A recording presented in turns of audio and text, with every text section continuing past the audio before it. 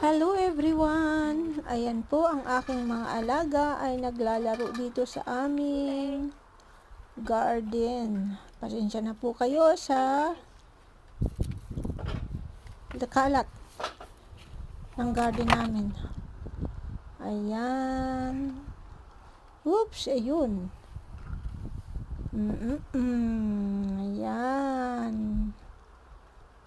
Oo. Nako. Ayan, autumn na po yan. Tingnan nyo, namamatay na yung mga dahon. Yung dalawa naglalaro.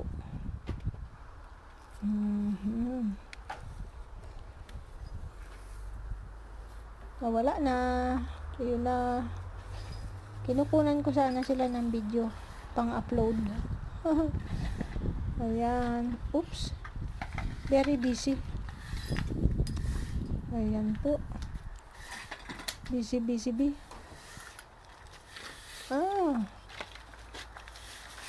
So, iba pala yung may hawak ng ng phone. Iba pala yung naka-video. Kala ko ako.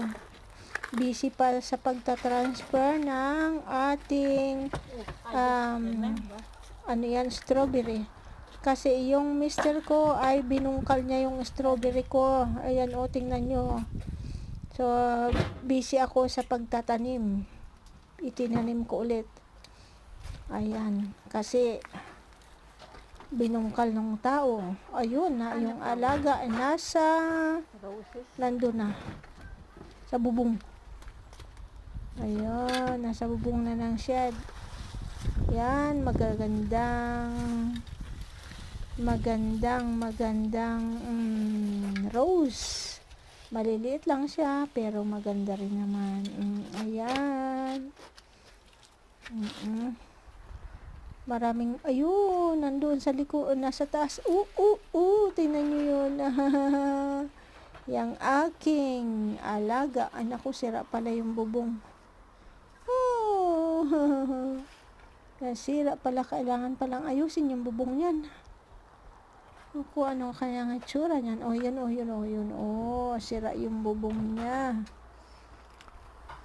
Kailangan palang ayusin. Ayan, ang aming rose. Mataas yung rose ko. Malalaki yan. Malalaki yung bulaklak ng rose ko. Pero natanggal ko na yata. Pinangputol ko na yata. Ayan eh. Kaya kukunti na lang ang bulaklak. Ayan po. Maraming salamat sa pagpanood. Thank you. Have a nice day.